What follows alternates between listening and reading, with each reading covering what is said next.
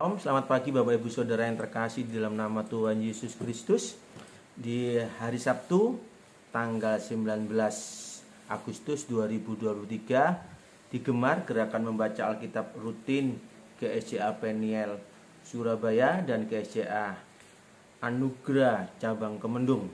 Puji nama Tuhan Bapak Ibu Saudara, di pagi hari ini kita boleh bersama-sama berkumpul di tempat ini. Saat ini kita boleh membaca kebenaran firman Tuhan. Bapak Ibu Saudara, di Gemar ini saat mendapatkan satu berkat dan kita akan belajar bersama-sama di dalam pembacaan Gemar kita, yaitu di dalam Matius pasal 14 ayat 1 sampai 21. Tapi ada satu hal yang perlu saya bahas. Mungkin Bapak Ibu Saudara sudah pernah mendengar cerita ini. Bapak Ibu Saudara seringkali mungkin sudah pernah, ya Bapak Ibu Saudara. Tapi kita terus belajar Bapak Ibu Saudara dari kisah ini, supaya dari kisah ini kita semakin hari semakin boleh mengenal Tuhan, semakin hari karakter kita semakin hari diubahkan Bapak Ibu Saudara. Nah, Bapak Ibu Saudara yang terkasih dalam nama Tuhan Yesus, saat ini mari kita baca di dalam perikopnya. Yesus memberi makan 5.000 orang. Nah, Bapak Ibu Saudara, ini memberikan satu makan 5.000 orang itu tidak sedikit, begitu banyak Bapak Ibu Saudara. Kalau di kisah ini, kalau di ayat yang terakhir di situ dikatakan ayat yang 21, ya. Matius 14 ayat 21 dikatakan yang ikut makan, Bapak Ibu Saudara, yang ikut makan kira-kira 5.000 laki-laki. Ya. Itu laki-laki Bapak Ibu Saudara, 5.000. Tidak termasuk perempuan dan anak-anak loh Bapak Ibu Saudara. Jadi yang terhitung itu laki-laki saja sekitar kira-kira 5.000. Itu belum anak-anak dan perempuan. Begitu besar, begitu luar biasa Bapak Ibu Saudara. Nah, ada dampak yang begitu luar biasa. Nah, Bapak Ibu Saudara, mari kita mau belajar Bapak Ibu Saudara akan kebenaran firman Tuhan ini. Di dalam kisah ini Yesus memberi makan 5.000 orang. Nah, Bapak Ibu Saudara, kita tahu dalam kisah itu di mana Yesus dalam pelayanannya mengabarkan kebenaran firman Tuhan, menyembuhkan orang sakit, sehingga sampai sore hari Bapak Ibu Saudara mereka tetap berkumpul di tempat itu. Nah, ada satu poin yang kita akan belajar dari kisah ini Bapak Ibu Saudara. Yang pertama yaitu karakter Yesus yang luar biasa Bapak Ibu Saudara, ya. Kita memiliki Tuhan yang luar biasa, yaitu Yesus. Kalau kita mau melihatnya di ayat yang ke-14 Bapak Ibu Saudara, begini bunyi firman Tuhan. Ketika Yesus mendarat, ia melihat orang banyak yang besar jumlahnya. Perhatikan Bapak Ibu Saudara, satu poin yang sangat penting buat kita sebagai anak-anak Tuhan untuk menteladani Yesus Allah kita yang luar biasa. Maka tergeraklah hatinya oleh belas kasihan kepada mereka dan ia menyembuhkan mereka yang sakit. Nah, Bapak Ibu Saudara, di mana saat itu ya Yesus melihat ya kerinduan daripada sejumlah begitu besar. Bapak Ibu Saudara, Yesus sebagai gembala yang baik melihat domba-dombanya saat itu Bapak Ibu Saudara yang haus dan lapar, ya. Oleh sebab itu Yesus mendatangi mereka, ya.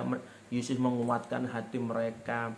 Yesus juga menyembuhkan hati mereka Bapak Ibu Saudara. Nah, ini adalah satu karakter yang penting buat kita sebagai anak-anak Tuhan. Kita memiliki hati yang memiliki belas kasihan kepada sekeliling kita, punya belas kasihan terhadap keluarga kita Bapak Ibu Saudara. Ini adalah salah satu karakter yang luar biasa. Nah, di saat memiliki hati yang mempunyai belas kasihan ini Bapak Ibu Saudara, Yesus mau melakukan sesuatu, memberikan satu dampak yang luar biasa Bapak Ibu Saudara. Nah, oleh sebab itu Bapak Ibu Saudara, satu poin yang buat kita yang saat ini kita boleh belajar, di mana kita harus memiliki hati yang memiliki belas kasihan Bapak Ibu Saudara, ya. Memiliki belas kasihan ini sangat penting dalam kehidupan kita sebagai anak-anak Tuhan Bapak Ibu Saudara. Nah, selanjutnya Bapak Ibu Saudara, dari kisah ini Bapak Ibu Saudara kita boleh belajar dari karakter Kristus, di mana memiliki hati yang memiliki belas kasihan Bapak Ibu Saudara. Nah, Bapak Ibu Saudara, di ayat 15-nya, menjelang malam murid-muridnya datang kepadanya dan berkata, tempat ini sunyi dan hari sudah mulai malam.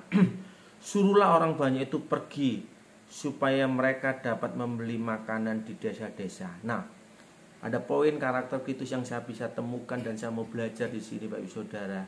Dia seorang yang memiliki tanggung jawab Bapak Ibu Saudara. Ya. Murid-muridnya bilang sama Yesus, Yesus sudahlah suruh pulang aja mereka. Tetapi Yesus tidak Bapak Ibu Saudara. Dia memiliki tanggung jawab Bapak Ibu Saudara. Dari belas kasihannya itu dia menunjukkan tanggung jawabnya Bapak Ibu Saudara. Nah, tanggung jawabnya diperlihatkan seperti apa Bapak Ibu Saudara di sini. Ya. Ayatnya 16 dikatakan, tetapi Yesus berkata kepada mereka, yaitu kepada murid-muridnya, tidak perlu mereka pergi. Karena Yesus tahu Bapak Ibu Saudara ya, hari sudah malam ya, sunyi senyap mungkin saat itu Bapak Ibu Saudara. Nah, di situ dikatakan tidak perlu mereka pergi. Ada satu poin yang sangat penting bagi kita boleh belajar dari keteladanan Yesus, dan kita juga sebagai hamba-hamba Tuhan, dan kita mau belajar menjadi anak-anak Tuhan yang luar biasa. Di situ dikatakan kamu harus memberi mereka makan. Bapak Ibu Saudara, ada satu instruksi yang harus kita pahami. Ya Bapak Ibu Saudara, di situ dikatakan kamu harus memberi makan Bapak Ibu Saudara. Nah, Bapak Ibu Saudara, ada sesuatu yang sangat penting dan krusial saat ini. Di situ Tuhan ya meminta kepada kita, kepada murid-muridnya, menunjuk kamu ya, untuk membuktikan, menunjukkan bahwa kita harus bertanggung jawab ya atas domba-domba ya Bapak Ibu Saudara, atas umatnya yang saat itu Bapak Ibu Saudara. Nah, Bapak Ibu Saudara yang terkasih dalam nama Tuhan Yesus, mungkin di dalam pemikiran murid-muridnya saat itu Bapak Ibu Saudara, bagaimana saya bisa memberikan makan yang begitu besar Bapak Ibu Saudara? Kita tahu jumlahnya 5.000 laki-laki. Mungkin secara otak berpikir bagaimana Tuhan ya, tetapi di sini Tuhan satu ajarkan Bapak Ibu Saudara, kita sebagai anak-anak Tuhan yang diberikan kepercayaan untuk melayani Tuhan, melayani pekerjaan Tuhan Bapak Ibu Saudara, ada satu tanggung jawab yang Tuhan mau berikan buat kita.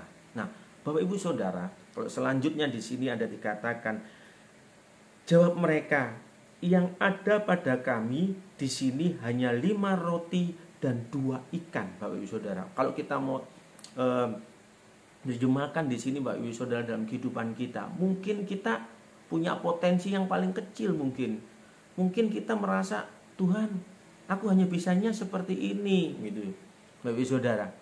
Bapak Ibu Saudara, di sini ada satu hal yang menarik bagi saya Bapak Ibu Saudara, bahwa Tuhan tahu bahwa kita punya potensi-potensi yang luar biasa yang ada dalam kehidupan kita Bapak Ibu Saudara. Ada talenta-talenta, karunia-karunia yang Tuhan sudah berikan buat kita.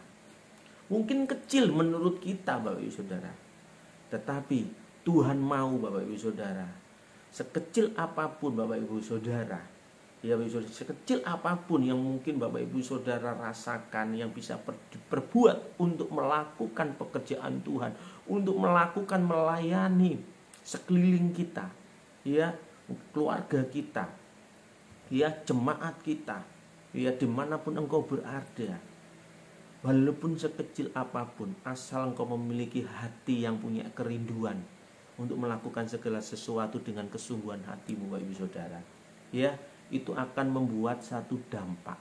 Potensi yang kita miliki kita mau serahkan kepada Tuhan. Kehidupan kita ini Bapak Ibu Saudara, kita mau serahkan ya kepada Tuhan. Kita tahu Bapak Ibu Saudara, ya di dalam Tuhan Yesus akan ada mujizat dalam kehidupan kita. Ini yang harus kita pahami Bapak Ibu Saudara sebagai orang Kristen, ya. Di situ katakan, yang ada pada kami hanya 5 roti dan 2 ikan. Yesus berkata, bawalah kemari kepadaku. Artinya Bapak Ibu Saudara, apa yang kita miliki, apa yang kita potensi yang ada dalam diri kita, kita mau serahkan diri kita kepada Tuhan. Ya, kita tahu kita mau jadikan Tuhan itu sebagai alat kita Bapak Ibu Saudara, yang sanggup melakukan segala perkara Bapak Ibu Saudara. Nah Bapak Ibu Saudara, kalau kita mau lihat kisah daripada perikop di atasnya Bapak Ibu Saudara, di dalam Matius 14 ya, ayat 1-nya sampai ayat yang ke-12-nya. Kalau kita mau baca di atasnya itu dikisah daripada Yohanes Pembaptis, Bapak Ibu Saudara. Ya, Yohanes Pembaptis itu dari yang terkecil, ya. Ya, dia hanya berteriak bertobatlah. Ya, dia mungkin bisa hanya melakukan membaptis orang-orang, Bapak Ibu Saudara, saat itu, Bapak Ibu Saudara. Tetapi dia melakukannya dengan sungguh-sungguh, Bapak Ibu Saudara. Walaupun di dalam dia melakukannya itu, Bapak Ibu Saudara, di saat dia menegur Herodes, Bapak Ibu Saudara, sampai pada akhirnya, Bapak Ibu Saudara, dia harus dipenggal, ya, kepalanya sampai yang terakhir. Tetapi di sini saya mau belajar merenungkan begitu luar biasa, ya, si Yohanes ini memberikan hidupnya, Bapak Ibu Saudara, ya, memberikan hidupnya dengan kesungguhan hatinya, walaupun akhirnya dipenggal, Bapak Ibu Saudara. Artinya dia membawa satu kebenaran kehidupan kita, Bapak Ibu Saudara. Mungkin kita kecil, Bapak Ibu Saudara, ya, tapi ada satu langkah kebenaran. Mungkin perkataan kita, perbuatan kita, Bapak Ibu Saudara, perilaku kita, Bapak Ibu Saudara, ya, mungkin dilihat tidak ada artinya. Tetapi kalau kita bawa di dalam hadirat Tuhan, ya, kita bawa di dalam kaki Yesus, Bapak Ibu Saudara, percayalah, potensi yang kita miliki itu, Bapak Ibu Saudara, akan membuat dampak yang luar biasa. Di mana 5 roti dan 2 ikan itu, Bapak Ibu Saudara, ya, akhirnya bisa memberikan makan 5.000 orang. Ya, begitu luar biasa. Begitu juga saat ini, Bapak Ibu Saudara, jangan kecil hati. Ya, Bapak Ibu Saudara, mungkin aku pelayananku hanya sekedar bisanya ini, bisanya itu. Tidak apa-apa, Bapak Ibu Saudara, asal engkau melakukannya dengan sungguh-sungguh, dengan setia, Bapak Ibu Saudara, seperti Yohanes. Sampai akhir hidupnya, Bapak Ibu Saudara, dia berikan hidupnya dengan dia harus mati dipenggal kepalanya, Bapak Ibu Saudara. Nah, mungkin begitu banyak tantangan. Mungkin kita tidak seperti Yohanes, Bapak Ibu Saudara, ya. Tetapi Bapak Ibu Saudara, mungkin tantangan rintangan yang kita hadapi, ya Saudara, saat ini, Bapak Ibu Saudara, jangan pernah kecil hati. Berikan hidupmu kepada Tuhan. Tuhan akan melakukan segala perkaranya begitu luar biasa, Bapak Ibu Saudara. Mari Bapak Ibu Saudara, jangan kendor. Ya, jangan kendor. Tetap semangat, Bapak Ibu Saudara, di dalam Tuhan. Mungkin saya ini ada tantangan baik secara ekonomi, pekerjaanmu, tantangan yang luar biasa. Tetap serahkan kepada Tuhan.